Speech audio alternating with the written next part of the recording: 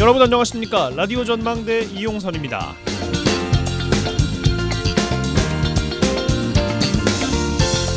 근로자의 열악한 근로 조건을 개선하고 지위를 향상시키기 위해 법률로 제정된 날, 오늘은 근로자의 날입니다. 노동절이라고도 부르죠. 근로자의 날은 유급 휴일이기 때문에 오늘 쉬는 직장인분들은 100% 1급을 받고요. 오늘도 10명 가운데 3명은 일을 한다죠. 이런 사람들은 1급의 휴일 근무분 가상수당까지 2.5배를 받을 수 있습니다. 가산수당입니다. 그런데 현실이 어디 그렇습니까? 이 중에 40%는 휴일 근무수당, 보상휴가를 받지 못한다고 하고요. 25%는 따로 회사에서 알려준 바가 없다고 답을 했습니다. 근로자의 날, 노동자들의 처우도 제각각입니다만 노동이냐 근로냐 이 단어 사용도 혼용되고 있습니다. 주 69시간 근무제, 포괄임금제 등 노동계 주요 현안들도 표류하고 있죠. 하나같이 풀릴 기미는 보이지 않아서 노동절 답답하기만 합니다. 오늘 라디오 전망대가 준비한 소식입니다. 지역 소식들 뉴스브리핑 통해서 들어보고요. 한 주간 도정 소식도 알아보겠습니다. 서동용 의원, 천하람 변호사와 함께하는 털어보러 준비되어 있습니다. 잠시 후에 뵙죠.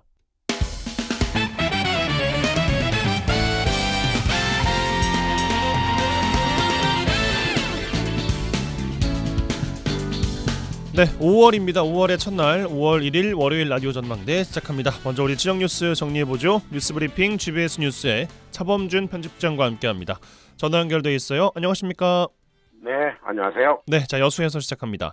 자, 이달 4일부터 7일까지 여수시 박람회장 일원에서 제57회 거북선 축제가 개최됩니다. 최근 행사 장소 변경에 대한 논란 지난주 짚어드렸는데 논란이 또 이어지고 있습니다. 추진위원회의 후원금 협찬 요구가 논란이 되고 있어요. 네, 여수시의 대표 축제인 거북선 축제가 올해 안전사고의 위험을 들어 축제 장소를 진남관 주변에서 박람회장으로 변경하면서 역사성이나 정통성이 훼손됐다는 논란이 제기됐습니다. 아울러 축제를 주관하는 축제위원회가 시에서 거액의 보조금을 받으면서도 여수산단을 비롯한 지역의 기업체와 기관단체들에게 후원을 요구했다는 사실이 알려지면서 추가로 논란이 제기됐습니다. 여수시 거북선 축제 추진위원회에서는 제57회 여수 거북선 축제를 자부담 6천만 원, 도비 2천만 원, 시비 9억 원 등 총 9억 8천만 원의 사업비로 치르게 되는데요. 지역 일부 언론에서 추진위원회가 축제 지원금과 별도로 여수 국가산단 측에 협찬을 요구해 3천만 원의 협찬금을 받았고 일부 지역의 기관이나 기업체에게도 협찬을 요구하고 있는 것으로 확인되면서 논란이 되고 있습니다. 최근 축제추진위원회는 지역의 사회단체와 기업체, 국가산단, 일반산단, 오천산단 등 관내 기업과 호텔, 병원 등 여수 지역의 주요 기관을 대상으로 후원금을 요청한 것으로 알려지고 있습니다. 일부 언론에서는 후원금을 요청받은 기관이나 업체들이 상당한 부담을 호소하고 있다며 추진위원회의 후원금 모집이 부적절하다는 취지의 지적이 나오고 있습니다. 예, 축제 추진위가 지역 기관단체, 기업들을 대상으로 후원금 모금하는 것이 불법은 아닐지라도 모금된 후원금이 어떻게 활용될지 요건 또 알고 싶을 테고 여기에 대한 검증도 필요해 보이지 않습니까? 네, 보도에 따르면 거북선 축제 추진위원회가 지역 기관단체나 기업들을 대상으로 후원금을 모금하는데 이 정작 기탁된 후원금이 축제 개최의 직접적인 경비로 지출되는 게 아니라 이 축제 보존회의 운영비로 사용해온 것으로 알려지면서 논란이 되고 있습니다. 보도에 따르면 추진위가 사용하는 축제 경비 중 지자체에서 지원되는 보조금은 이 축제 이후 정산이 이루어지지만 추진위원회가 관내 기관단체나 기업에서 받은 협찬이나 후원금의 경우 축제 보조금 정산에서 제외시키고 있는 것으로 확인되면서 후원금의 사용처가 제대로 공개되지 않고 있다는 지적입니다. 축제 협찬이나 후원금의 사용 내역 미공개와 후원금의 축제 보존의 운영경비 사용 논란에 대해 추진위원회 측은 언론을 통해 축제 비용에 자부담이 들어가기 때문에 협찬이나 후원금은 축제 보존의 운영비로 사용해왔고 후원금은 이사회를 통해 감사를 받고 있다 이렇게 해명했습니다. 축제 보조금을 지원해온 여수시도 시에서 직접 지원하는 지원금에 한해 정산을 받고 있고 이 추진위원회가 모금한 협찬금에 대해서는 추진위에서 자체적으로 결산을 하고 있다며 사실상 협찬이나 후원금 사용처에 대해서는 관리 감독을 하지 않고 있음을 시인했습니다. 이 법적인 문제를 떠나 축제추진위원회에 협찬이나 후원금을 지원한 단체나 기업체들이 해당 후원 활동이 축제 개최에 직접 사용되는 것이 아니라 축제 보존의 운영 경비로 사용된다는 사실을 사전에 알고 있는 상태에서 후원금을 기탁했는지 여부는 매우 중요해 보입니다. 그러게요. 지역의 대표 축제이기도 하죠. 거북선 축제 후원금 사용처 관한 논란은 앞으로도 쭉 축제가 잘 이어지기 위해서라도 불필요한 잡음을 해소한다는 측면에서 세심하게 여수시에서 살펴보고 대안을 좀 찾아야 될 것 같습니다. 자, 순천으로 가겠습니다. 순천 지역에서 운영되고 있는 지역 아동센터 사회복지시설임에도 불구하고 정당한 처우를 받지 못하고 있다는 불만 예전부터 꾸준하게 제기되고 있는데 최근에 또 나왔군요. 네, 순천 지역에서 운영되고 있는 지역 아동센터 종사자들이 다른 사회복지시설 종사자에 비해 정당한 처우를 받지 못하고 있다며 순천시에 지원을 호소하고 있습니다. 지역 아동센터 운영자들이나 종사자들은 이 다른 사회복지시설의 경우 이 보건복지부가 마련한 사회복지시설 종사자들의 인건비 가이드라인에 따라 규정된 임금을 받고 있는데 순천시의 경우 지자체 예산이 부족하다는 이유로 지원이 제대로 이루어지지 않아 다른 시설에 비해 상대적으로 적은 임금을 받고 있다며 반발하고 있습니다. 지역 아동센터 종사자들은 재직기간이 비슷한 다른 사회복지시설 종사자들에 비해 많게는 임금이 100만 원 정도까지 차이가 난다며 불만을 표출하고 있습니다. 예, 상당히 많이 나는 것 같습니다. 주장대로라면 지역 아동센터 종사자들이 다른 사회복지시설에 비해서 왜 임금이 열악한 구조여야 되는지 구조적인 문제가 좀 있습니까? 네, 순천 지역 아동센터 운영자들과 종사자들은 관내 지역 아동센터 인건비가 호봉이나 수당 등 이 구체적인 지급 기준이 반영되지 않고 임금 액수만 제시되고 있다며 불만을 표출하고 있습니다. 이들은 순천 지역 아동센터의 경우 센터장이나 생활복지사의 임금만 제시되어 있고 종사자들의 수당 등이 반영되지 않고 있다며 이는 사회복지사 등의 적정 인건비에 관한 기준을 마련해야 한다고 적시되어 있는 법률에도 위반된다며 반발하고 있습니다. 순천 지역 아동센터 관계자들은 열악한 인건비뿐 아니라 운영비에 임차료, 시설 보수비 등이 예산에 책정되지 않아 어려움이 많고 지역 아동센터도 엄연히 사회복지의 한 축을 담당하고 있는데 법에 명시된 정당한 대우를 단순히 지자체가 예산 부족이라는 이유로 외면해서는 안 된다며 순천시의 지원을 촉구하고 있습니다. 알겠습니다. 자, 광양에서 마무리하겠습니다. 지난 4월 한 달 동안 지역을 순회하면서 지역 주민들을 대상으로 시민과의 대화를 진행했습니다. 지역민들의 다양한 민원을 청취했다는 긍정적인 평가와 함께 기존 형식적인 관행 답습했다 이런 비판이 함께 나오고 있죠. 네, 정인화 광양시장이 지난달 18일 금호동을 시작으로 27일까지 태인동을 끝으로 취임 이후 두 번째로 시민과의 대화를 진행했습니다. 정인화 광양시장의 시민과의 대화는 관내 12개 읍면동에서 민선 8기 시정 방향이나 읍면동의 주요 사업을 설명하고 지역 주민들로부터 민원 사항이나 시 발전에 관한 의견을 수렴하는 방식으로 진행됐습니다. 올해 들어 처음으로 광양시청이 유튜브를 통해서 시민과의 대화 현장이 생중계되었고 또 새로 제정된 광양시민의 노래를 합창단이 주민들에게 직접 선보이는 등 긍정적인 평가도 나왔습니다. 하지만 그동안 시민과의 대화 때마다 매번 지적되어 온 주민과의 대화에 충분한 시간을 배정하지 못한 불만은 올해도 여전했다는 지적이 나오고 있습니다. 예, 저희가 지난주 화요일에 언더독 시간에 광양시의회 백성원 부의장과 함께 또 이 문제를 지적하셔서 이야기를 나눠봤고 그 후에 진행이 됐던 마지막 주민과의 대화 태인동 시간에도 그것이 쭉 이어졌던 것 같습니다. 시민들에게 시정을 홍보하기 위한 자리인지 아니면은 시민들로부터 의견을 듣겠다는 건지 그 의미를 분명히 하면 논란이 없을 것 같은데 어떻습니까? 네, 이번에 광양시가 진행한 시민과의 대화 총 100분 정도의 시간이 배정되었다고 하는데요. 시장이나 시도의원, 국민의례, 시정 운영 방향 보고, 또 주요 사업 보고들을 마치면 주민들의 의견 수렴 시간 실제 60분 정도가 배정되었다고 합니다. 하지만 현장에서 행사가 진행되면 지정된 시간을 가끔 넘기는 경우도 있고 결국 주민들의 의견을 수렴할 수 있는 시간이 부족한 경우가 있었다고 합니다. 광양시는 시민 의견 수렴과 관련해 시간이 부족할 경우 이 서면을 통해 시민 의견을 제출할 수 있다는 별도의 안내사항을 전달했다고 밝혔습니다. 하지만 특별히 시간을 내서 시민과의 대화에 참석한 시민들의 요구를 충족하지 못했다는 지적은 여전합니다.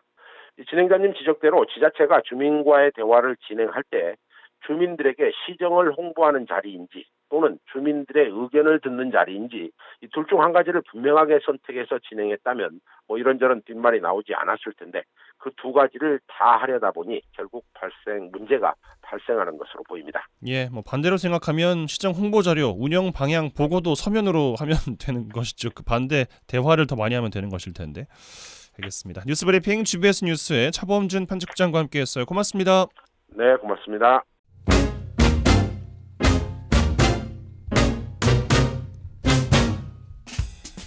한 시간만 투자하세요. 지역 이야기를 모아 전해드립니다. 지역 시사는 역시 여수 MBC 이용선의 라디오 전망대.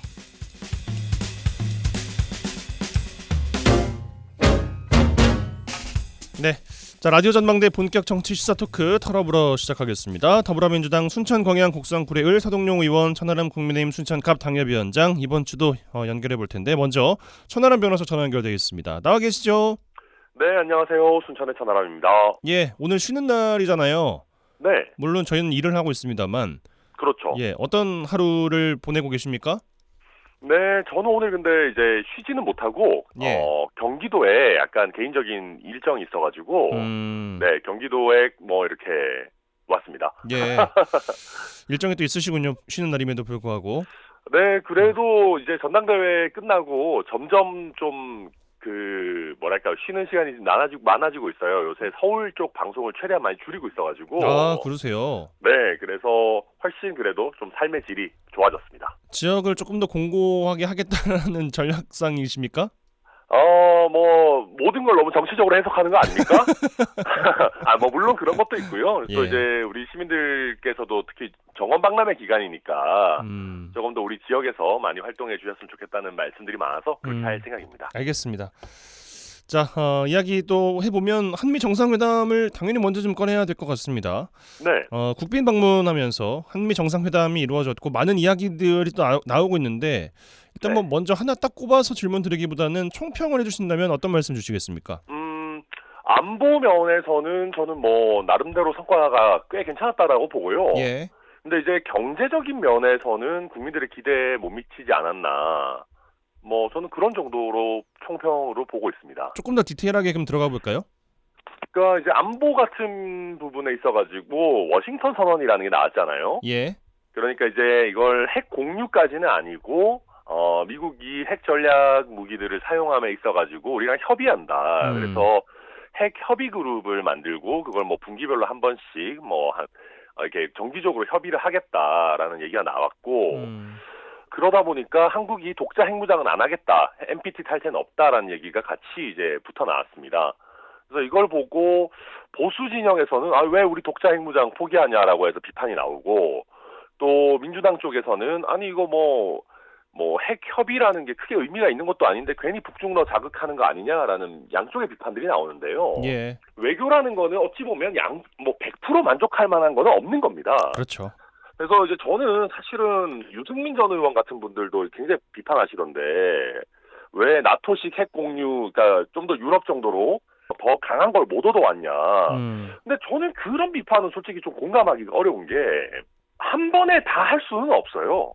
그 미사일 사거리 늘리는 부분들도 한참 동안 했었지 않습니까? 그렇습니다.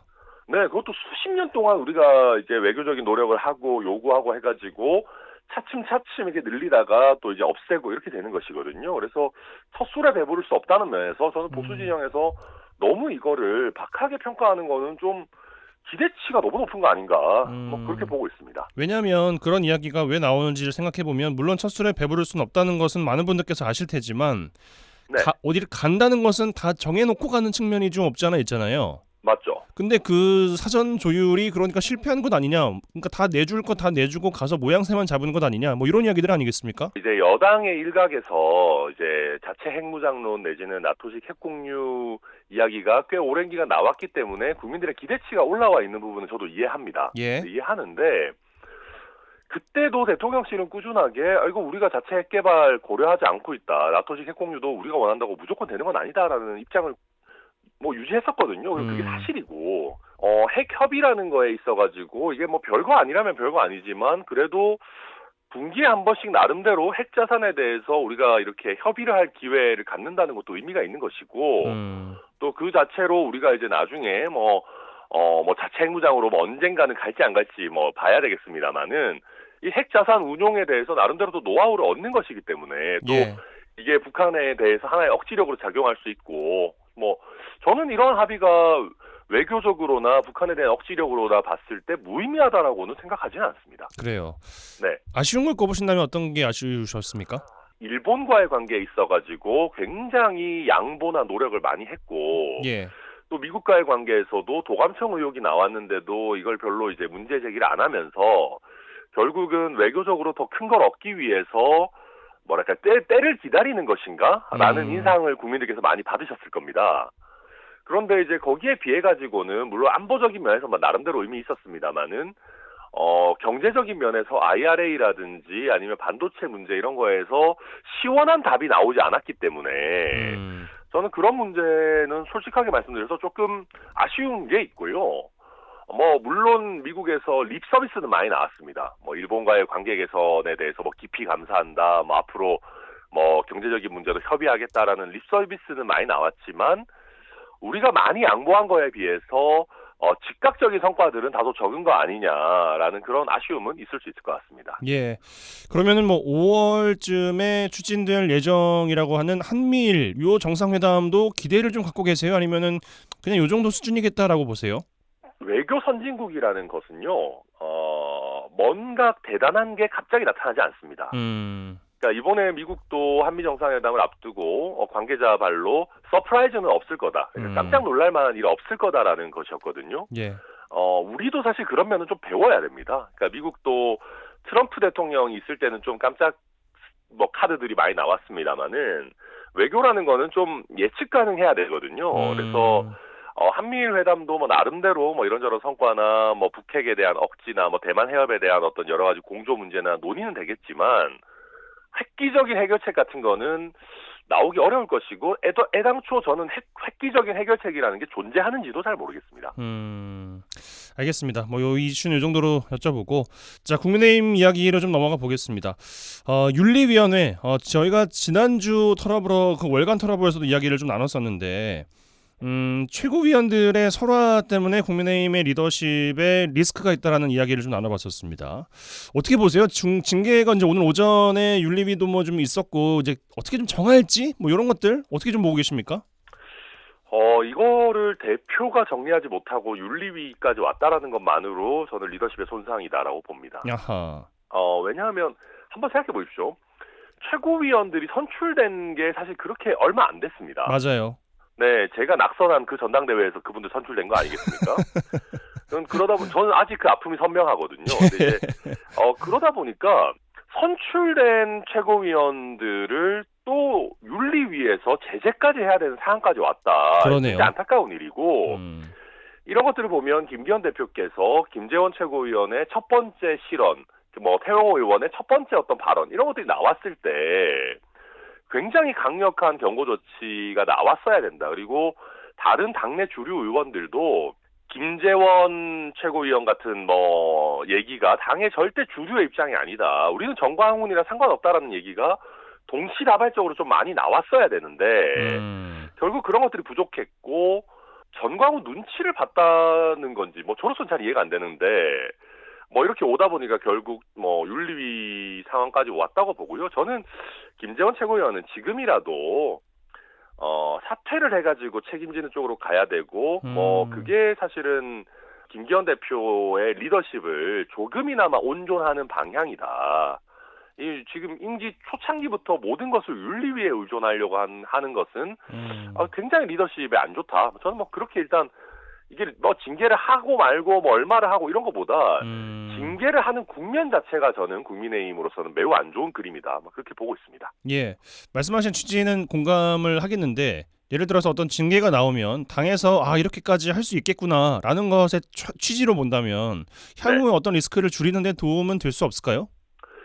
뭐 어느 정도는 될 겁니다. 어느 정도 될 것인데 이것은 어떤 윤리위의 단편적인 징계뿐만이 아니라 우리가 설화를 일으키고 국민 눈높이에 안 맞는 망언을 하는 사람들에 대한 지속적인 어떤 마이너스가 있어야 되는 겁니다. 예. 대표적인 게 사실 공천입니다. 음. 그러니까 단순히 윤리위의 징계를 하느냐 안 하느냐의 문제를 떠나서 지난번 2020년 공천 같은 경우도 보면은 민경욱 당시 의원 같은 경우도 저희가 여러 설화를 이유로 잘랐었거든요. 예.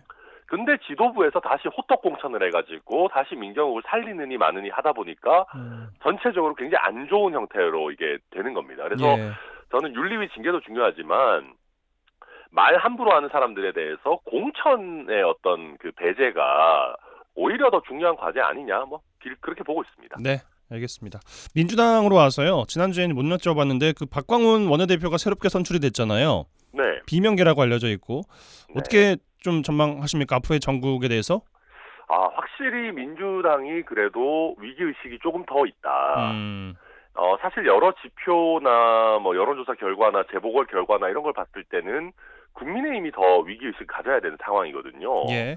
그럼에도 불구하고 민주당 같은 경우에는 이재명 대표 리스크와 관련해서 나름대로 리스크를 줄이는 방법들에 대해서 좀 그 구성원들이 고민이 있는 것 같아요.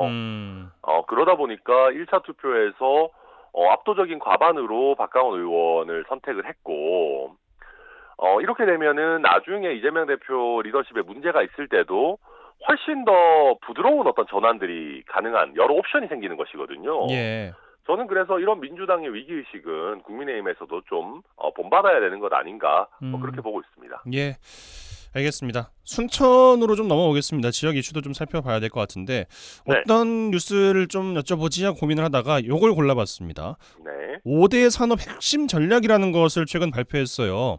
네. 순천만 국제정원 박람회 성공 개최 이후에 순천을 구상하고 있는 건데 살펴보니까 뭐 우주 산업, 바이오, 디지털, ESG 경영, 웰리스 뭐 일단 다 들어가 있다고 봐야 될 것 같은데 네. 어떻게 보세요? 좀 뭐 물론 제가 이제 순천 시민으로서 또 순천의 정치라는 입장에서 5가지 산업이 다 잘 되면 너무 좋죠. 예. 그런데 제가 봤을 때는 부산광역시도 이거 5개 다 잘하기가 쉽지가 않습니다. 특히 제가 이제 구체적인 내용들을 봤을 때 ESG 경영 같은 경우는 보니까 뭐 어떤 뭐 시범 단지, 그러니까 에너지 소비를 줄이는 시범 단지도 만들고 뭐 넷제로라고 하죠. 에너지 소비를 거의 뭐 제로 형태로 이제 그 지속 가능한 에너지를 쓰는 뭐 이렇게 시범 또 주택 단지 같은 것들 뭐 이런 것들도 나와 있던데 약간 이게 자칫 잘못하면은 조금 보여주기식이 될 수가 있습니다. 뭐 하나 건물 만들어 놓고 성공했다 뭐 이런 정도로. 그렇죠. 예. 그런 것들은 우리가 좀 피해야 되는 것이고 이 5가지 중에서도 우선순위를 잘 정해야 됩니다.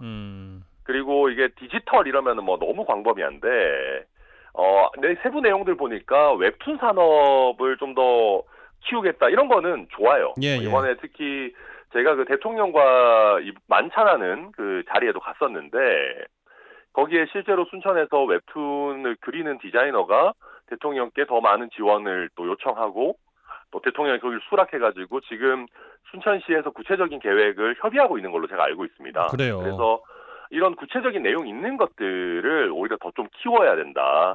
그렇게 한다면은 이게 실질적인 성과로 돌아올 것이고 마지막으로 짧게 하나만 말씀드리면 예. 소지역주의의 유혹에서 벗어나야 됩니다. 어떤 말씀이십니까? 우주산업 같은 것도 우리가 이번에 단졸 입장 유치했다고 해가지고 순천이 이걸 너무 독점하려고 하면 안 된다. 고흥과 함께 파이를 전체적으로 키우는 시너지를 낼 방법을 생각을 해야 되고 2차 전지 이런 부분들도 들어가 있던데 이것도 사실은 광량이 주력일 수밖에 없거든요. 예. 그러다 보니까 우리가 이제 너무 인접 지자체들과 경쟁을 하겠다라는 생각보다는 거기서 좀 부족한 거를 우리가 메꿔주고 또 서로 시너지를 낸다라는 쪽으로 접근한다면은 오히려 우리 전남 동부권 전체에 도움이 되지 않겠는가 뭐 그렇게 보여집니다. 예, 짧게 여쭤보고 짧은 답변을 좀 부탁드리겠습니다. 네. 선택과 집중을 해야 된다는 말씀이신 것 같은데 5대 전략 중에서 선택해야 되는 것은 집중해야 되는 것은 어떤 겁니까? 순천시에서는? 일단은 저는 제일 중요한 거는 관광산업이라고 보고요. 여기 뭐 딱 떨어지게 그렇게 써있지는 않았지만 그리고 또 한 웰리스에 가지는 가까울 것 같긴 하네요. 네, 웰리스에 좀 더 집중해야 됩니다. 왜냐하면 지금 일단 물이 들어온 상황이고 예. 물 들어왔을 때 노져야 되고 또 웰리스를 강조하다 보면은 자연스럽게 은퇴자들의 유입 이런 거를 우리가 타겟을 맞추거든요. 예. 그러면 결국은 의료산업 부분도 자연스럽게 이어집니다. 그러면 우리가 정부에다가도 의대와 관련해서 요청할 수 있는 명분도 더 커지기 때문에 저는 관광과 은퇴자 유입이라는 웰리스 쪽 조금 더 집중하는 것이 지금의 순천에는 가장 효율적이지 않나 그렇게 생각합니다. 네, 알겠습니다. 이번 주 인터뷰 이 정도로 마무리하죠. 고맙습니다.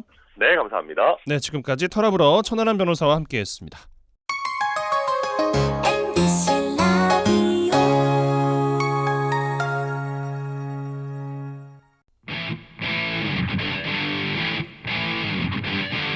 젊고 당찬 시사 생활밀착 뉴스 이용선의 라디오 전망대.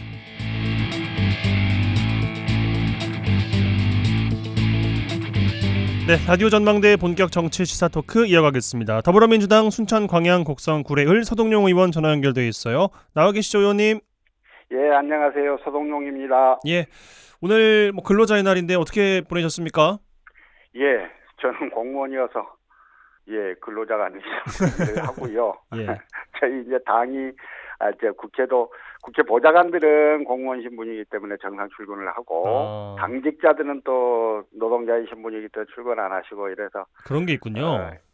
오늘 같은 날이 이제 되게 좀 수선스럽기도 하고 좀 그런 날입니다. 그러시군요. 한 주간은 또 어떻게 보내셨습니까? 지난주에 아시는 대로 저희 이제 제21대 국회 제4기 원내대표를 뽑는 거였습니다. 그래서 그랬죠. 그것 때문에 다른 의원들도 좀 뵙고 또 후보들을 저를 좀 만나자고 해서 만나고 이러면서 좀 바쁘게 지냈던 것 같습니다. 예, 기왕 말씀 주셨으니까 바로 여쭤보면 친이계라고 꼽히고 있잖아요. 이전과 좀 크게 다를까요? 어떻게 전망하십니까? 저는 그렇게 보지는 않고요. 박강원 신임 원내대표가 대외적으로는 친이낙연계 이렇게 인물로 평가받고 있습니다. 그러나 이번에 출마했던 네 분의 후보를 친명과 비명으로 구분해봐라 그러면 이 구분이 가능하지 않은 구도였거든요.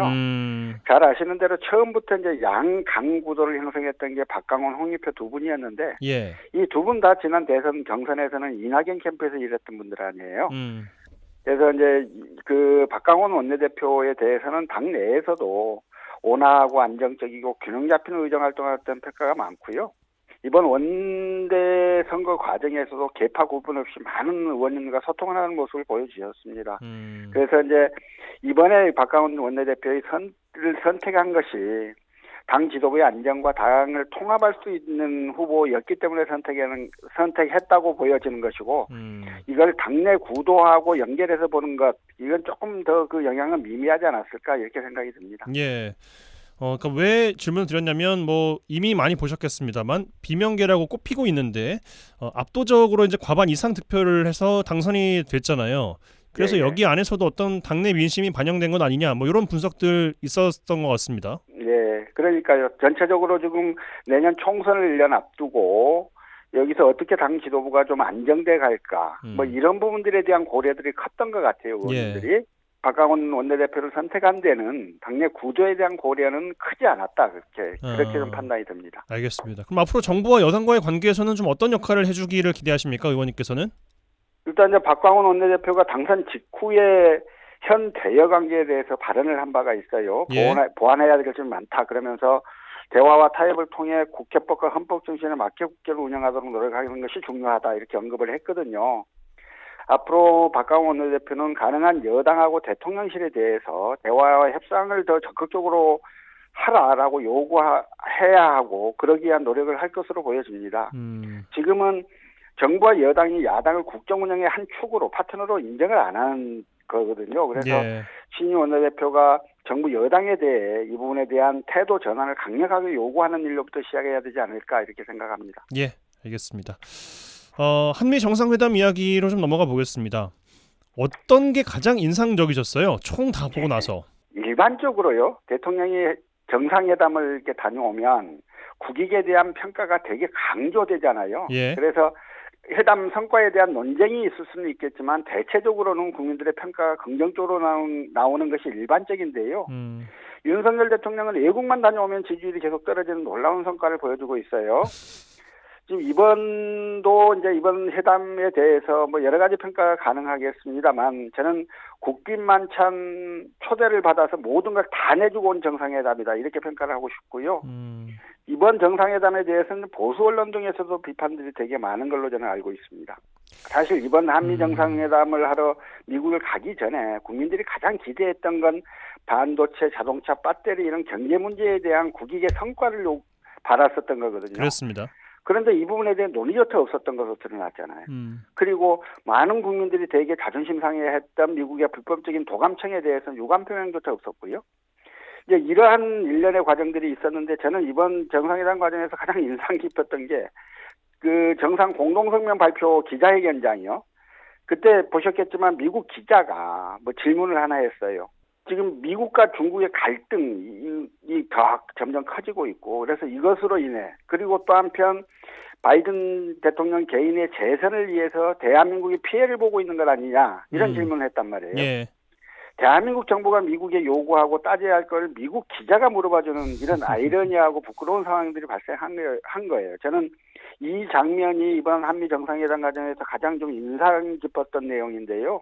지난 2년 전에 말입니다. 문재인 대통령하고 바이든이 정상회담을 했는데요. 예. 그때는 평화, 포용, 안정 이게 핵심 키워드였어요. 근데 이번 정상회담 기간 동안 윤석열 대통령이 쓴 단어들을 보면 핵 공유, 핵 공격, 압도적 대응, 안보 위기 이런 과거 냉정기적인 단어들만 기억에 남아요. 결국 대한민국 스스로 한반도가 전쟁 위험 지역임을 만방에 알린 꼴이 됐는데요. 그리고 이제 이번 한미 정상회담도 마찬가지고 지난번 한일 정상회담도 마찬가지고 보면 일본과 미국은 가시적인 성과들을 상당히 얻어갔습니다. 그런데 한국은 실제 손해드는 성과는 거의 없는 굴욕 외교가 아니었나 실패 외교가 아니었나 이런 생각들이 좀 드는 거고요. 예.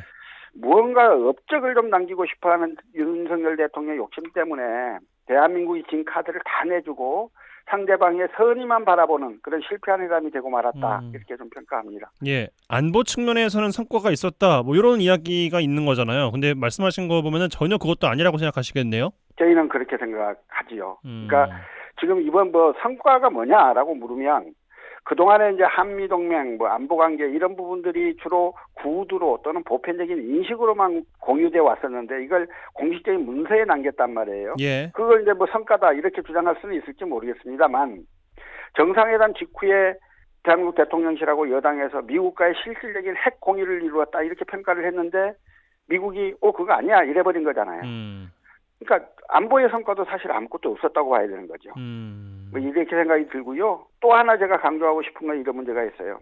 저는 이제 대한민국에 전술핵을 배치하자라고 그동안에 정부나 여당 일각에서 주장한 바가 있었습니다. 그래서 이 부분에 대해서는 명백히 반대하는 입장이에요. 예. 근데 문제는 이번 윤석열 대통령이 핵 문제에 관해서 대한민국 정부의 입장의 모호성을 스스로 포기해버렸거든요. 핵은 미국도 핵 정책에 관해서는 NCND, 그러니까 인정도 하지 않고 부정도 하지 않는 그렇습니다. No confirm, no deny 이런 정책을 다 쓰고 있고 세계가 다 그런 건데요. 예. 이번에 우리 윤석열 대통령께서 뭐 시원하게 많은 이야기를 해주셔 버렸어요. 결국 한국에 있어서 핵 정책에 대한 모호성이 사라짐으로써 앞으로 이제 대한민국 안보는 미국 손에 더욱 모든 걸 맡기는 꼴이 돼버릴 수밖에 없고 미국에 대한 의존도가 더 높아질 수밖에 없는 이런 구도가 돼버린 거가 이번 안보 관련해서는 가장 큰 문제였다고 생각해요. 예. 요 정도로 이야기를 하죠. 또 이 지역 이슈도 있어서 여순 사건 특별법 일부 개정 법률안이 행안위를 통과했습니다. 어떤 생각이 좀 드십니까? 이 시점에서? 예.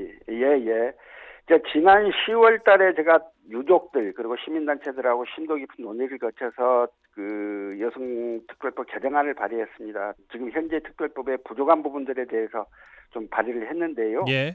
조금만 말씀을 드리면 그 내용이 이제 희생자와 유족에게 생활지원금을 지급하는 문제, 특별 재심 규정을 신설하는 것, 진실화해조사위원회의 조사 결과에 대해서 경과 조치를 신설하는 것, 중앙위원회와 실무위원회의 비상임 구조를 상임 구조로 변경하는 것, 위원회 상임위원회 자격을 법률에 명시하는 것, 그리고 신고 및 조사보고서 작성 기간을 연장하는 것, 위령사업을 위령기념사업으로 확대하는 것 이런 내용이었거든요. 근데 이제 이번에 이 제가 법률안 개정안을 냈던 이 전체가 다 통과되지는 못하고 우선 이제 일부만 담아서 개정안이 통과됐어요. 그래서 예.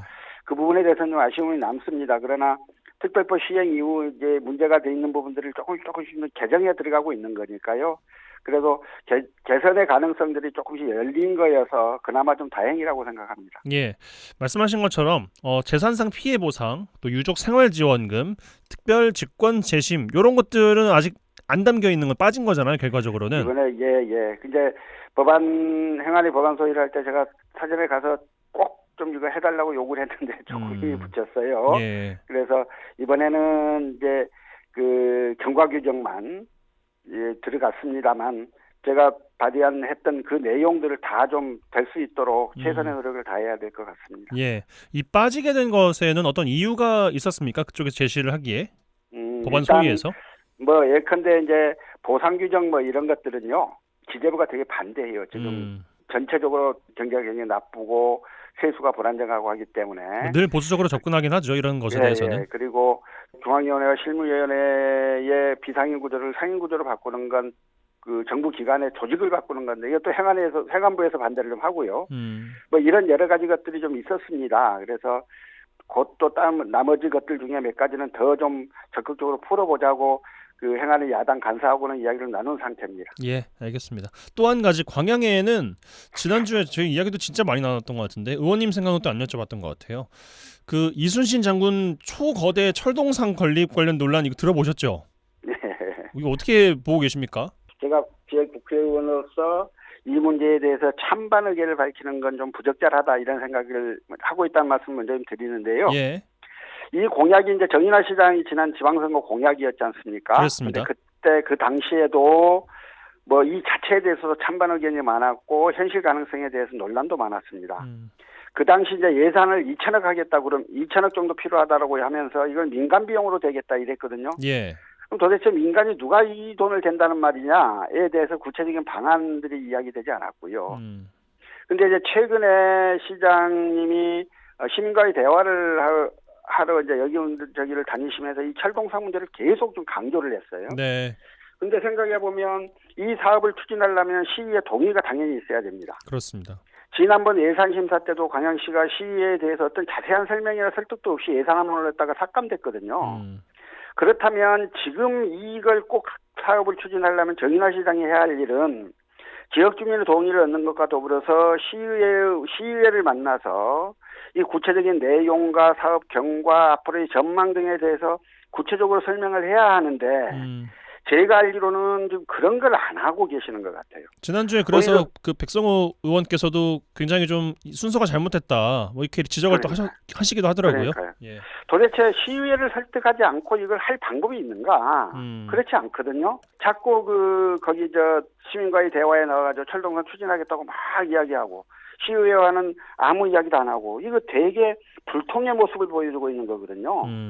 그래서 또 실제로 이제 지역을 다녀보면 시민들 중에서는 이 사업을 왜 하지? 왜 필요하지? 이렇게 의문을 제기하시는 분들도 많아요. 그러면 시민들에 대해서도 내가 이걸 추진하겠다 이 의지가 중요한 게 아니라 시민들의 동의를 얻을 수 있는 설득 작업들이 필요한 거 아니겠습니까? 의견 수렴 절차들. 근데 그런 것들을 저희 안 하고 계시는 것 같고 여전히 민자 예산으로 추진한다고 하지만 사업을 추진할 민간 업체가 어딘지 이런 방법도 없어요. 그래서 이제 일각에서는 다음에 결국은 포스코한테다가 이걸 떠넘기는 거 아니냐 이런 그 우려를 하시는 분들도 계세요. 지금 이제 정인화 시장님이 미국의 자유의 여신상, 몽골의 징기스칸 동상 이런 것들처럼 관광 자원화하겠다 이렇게 말씀을 하셨다고 들었는데요. 예. 미국의 자유의 여신상이나 프랑스의 에펠탑 같은 것들이 관광 자원이라고 해서 미국이나 프랑스 각 지역에 그런 유사한 조형물을 다 짓고 있느냐 그러면 그렇지 않잖아요. 예. 제가 한 가지만 좀 드리고 싶은 말씀이 2019년도 7월 달에요. 경상남도 창원시에서 높이 100m의 이순신 장군 동상 전망대를 건립하겠다고 추진 의사를 밝힌 적이 있어요. 근데 그게 그 이후에 어떻게 진행되고 있는지 우리도 아무도 모르겠어요. 지금 제가 찾아봐도 그에 대한 이야기가 거의 나와 있지 않아요. 사실 이제 지자체들이 좀 남발적으로 대형 조형물들을 건설하려고 하는 그런 성향들을 보이고 있는데요. 이게 지역의 특성에 맞는 건지 지역의 어떤 문화와 역사에 맞는 건지 등에 대해서 좀 심도 있고 깊이 있는 토론과 주민을 설득하는 절차들이 꼭 필요합니다. 이거 임기 내에 해보겠다고 자꾸 적극적으로 일 추진하면 하다가 실패하는 경우들이 대부분이고 실패한 조형물을 만들어 놓으면 이거 다음에 이거 걷어내는데 또 엄청난 돈이 들 수밖에 없겠잖아요. 예. 그래서 지역 주민들과 지역 주민들에게 추진 의사를 통보하지 마시고 지역 주민들을 설득하시라. 그리고 시의회와 대화해서 시의회를 설득하고 시의회와 서로 논의하는 과정이 필요하다 이런 말씀을 꼭 드리고 싶어요. 알겠습니다. 뭐 찬반 입장 내긴 힘들다고 전제 다셔놓고 의견은 다 주신 것 같습니다. 예, 그러니까 제 의견은 그런 과정과 절차에 대한 이야기고요. 예. 예, 요 자체에 대한 찬반은 저는 뭐 입장을 표명하기는 적절치 않다고 생각해요. 알겠습니다. 이번 주 인터뷰 이 정도로 마무리하죠. 고맙습니다. 고맙습니다. 네, 지금까지 더불어민주당 서동용 의원과 말씀 나눴습니다.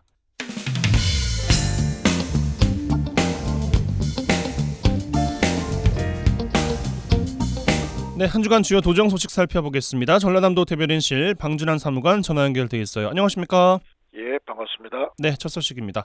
전남도가 매년 증가한 치매 가족의 고통과 부담을 덜어주기 위해서 전남형 치매 돌봄제 종합 대책을 마련했다고요? 예, 그렇습니다. 지금 사실 전남의 노인 인구 비율을 보면은 25.2% 정도로 전국에서 가장 높은 편인데요. 여기다 치매 유병률 또한 12.19%니까 전국 평균을 이미 웃도는 상태입니다. 그래서 전남도가 2025년까지 976억을 들여서 예방과 치료, 돌봄, 교육 연구 이렇게 네 개 분야 12개 사업을 중점적으로 추진한다는 계획입니다. 우선 치매 고위험군인 경도 장애 4,000명하고 또 인지재가 10,000명, 75세 진입자 2만 1,000명, 이렇게 3만 5천 명을 대상으로 1년마다 조기 검진하고요. 60세 이상 일반 관리군으로 편성된 54만 3천 명은 3년 주기로 검사에 들어갑니다. 치료비 지원도 전국 최초로 내년부터서 60세 이상 전 도민을 상대로 확대하고 진료비 약제비를 월 3만 원까지 연간으로 본다면 최대 36만 원을 지원하고요. 치매 안심 마을도 125곳을 늘려서 치매 안심 관리사를 210명 정도 양성을 하게 됩니다. 앞으로 현안이 되고 있는 치매 치료와 예방 기술 연구 개발을 위한 국립 치매 연구소도 우리가 적극 유치한다 이런 계획도 세웠습니다. 네, 또 올해 전남형 청년 마을을 공모한 결과 순천과 강진, 고흥, 보성, 해남 이렇게 5개소를 최종 선정을 하고 15억 원의 사업비를 지원한다고요? 예, 말씀하신 전남 청년 마을 사업하면 청년이 중심이 돼서 지역 주민과 상생 모델을 찾고 또 소득을 통해 안정적으로 정착할 수 있도록 우리가 지원한 사업이 되겠습니다. 이번에 선정된 단체는 첫 해 사업비로 2억이 지원되고요. 이후 성과를 봐가면서 1억 원의 사업비를 추가 지원해서 지역 자원을 활용한 청년 창업과 일자리 마련에 비중을 뒀습니다. 선정된 5개소는 강진군의 강진 청년협동조합편들은 방치된 빈집을 활용해서 청년 유입을 위한 청년 자립의 프로젝트를 진행하고요. 순천시 청순농부는 농산업 관련 청년들의 지역 정착을 돕는 사업을, 그밖에 고흥과 보성, 해남 역시 주로 청년들의 자립과 창업에 따른 사업을 집중적으로 펴게 됩니다. 전남도는 사업 성공을 위해 도와 시군 현장 방문을 통한 전문가들의 컨설팅 지원으로 사업의 완성도를 더 높여갈 계획입니다. 예, 자 여수 국가산단이 정부의 2023년 에너지 자급자족 인프라 구축 사업 공모에 선정이 됐습니다. 친환경 저탄소 산단으로 전환을 본격 추진한다 이런 소식이에요? 예, 그렇죠. 전남도와 여수시 또 한전연합체가 공동으로 에너지 자급자족 기반 시설 구축 사업을 추진하는데 여기엔 3년간 403억을 들여서 태양광 설비와 그린 수소 생산 설비 등을 구축을 하게 됩니다. 특히 환경 에너지 공급을 위해 입주기업 자가 소비형 태양광 발전 시설 40가구와 또 공공 유휴 부지를 활용한 2.5메가와트급 지역 상생형 태양광 구축과 함께 P2G 그린 수소 생산 설비도 착착 구축을 하게 됩니다. 실제 여수 국가산단하면 국내 제1의 석유화학 산단이죠. 전남 산업부문 에너지 사용량의 65.8%, 또 온실가스 배출량의 41.7%를 차지한 도내 최대 에너지 소비 선단인데 앞으로 사업을 통해서 여수 국가 산단에선 연간 5,400메가와트의 에너지를 절감하고요. 온실가스 역시 연간 6,600톤을 감축해 기업 에너지 비용 절감에도 한 몫을 할 것으로 기대하고 있습니다. 예. 자, 또 전남도가 순천시, 광양시와 미래 소재 산업 육성을 위해서 미래 첨단 소재 국가 산업단지 지정에 따른 상생 협력에 나서요. 예, 이번 협약을 통해서 각 기관들은 지역 상생 발전과 또 미래 첨단 소재 분야 산업 생태계 조성과 활성화, 그리고 국가 산단의 성공적 유치 분위기 조성에 서로 공동 협력키로 했습니다. 전남도와 순천시, 광양시는 산업 용지가 부족한 광양만권의 용지를 적게 공급해서 첨단 기업 수요를 충족시키고요. 또 지역 특화 산업을 집중 육성해 국제적 기술 패권 경쟁 시대의 기술 주권을 확보한다는 구상입니다. 사실 최근 미국과 유럽의 세계적 2차 전지 소재 기업이 전남 동북권 현장을 시찰했고요. 국내 주요 대기업들도 부지 문의도 급증함을 볼 때 산업용지 확보가 지금 시급한 과제임에는 틀림없습니다. 전남도는 미래 첨단 소재 국가산단이 이제 유치가 된다면 전남 지역으로 볼 때 역사적인 일로 보고요. 양질의 일자리 창출을 위해 국가산단 유치에 전 행정력을 모아가기로 했습니다. 예. 마지막 소식이에요. 자, 여수와 고흥, 무안 갯벌이 한국의 갯벌 2단계 유네스코 세계유산 잠정 목록 등재 의결이 됐어요. 예, 반가운 소식입니다. 문화재청 문화재위원회의 세계유산 분과심의에서 여수와 고흥 무안 갯벌이 멸종위기종 고유종을 포함해 한 300종 이상의 생물종을 분야하고 있어 생태계 가치가 높은 것으로 이렇게 판단이 됐습니다. 전남도는 해양수산부와 문화재청 등 관련기관과 협력해서 해당 갯벌들에 대한 연구 보고서를 작성해 2025년 세계자연유산 등재 신청서를 유네스코 세계유산센터에 이제 공식 제출할 계획입니다. 이 갯벌하면 자연에서 가장 생산력이 높은 생태계의 하나죠. 또 각종 오염물질을 정화하는 지구의 콩판 역할을 하고 있어서 여수와 고흥 무안 갯벌이 세계 자연유산에 최종 등록될 수 있도록 노력하기로 했습니다. 그동안 등재된 한국의 갯벌 유산 지역은 충남 서천과 또 전북 고창, 전남 신안, 보성 순천 등 이 네 곳인데 총 1284제곱킬로미터 있는데 여기서 전남 지역이 한 90.4%를 차지하고 있습니다. 네, 전라남도 대변인실 방준환 사무관과 함께했어요. 고맙습니다. 고맙습니다.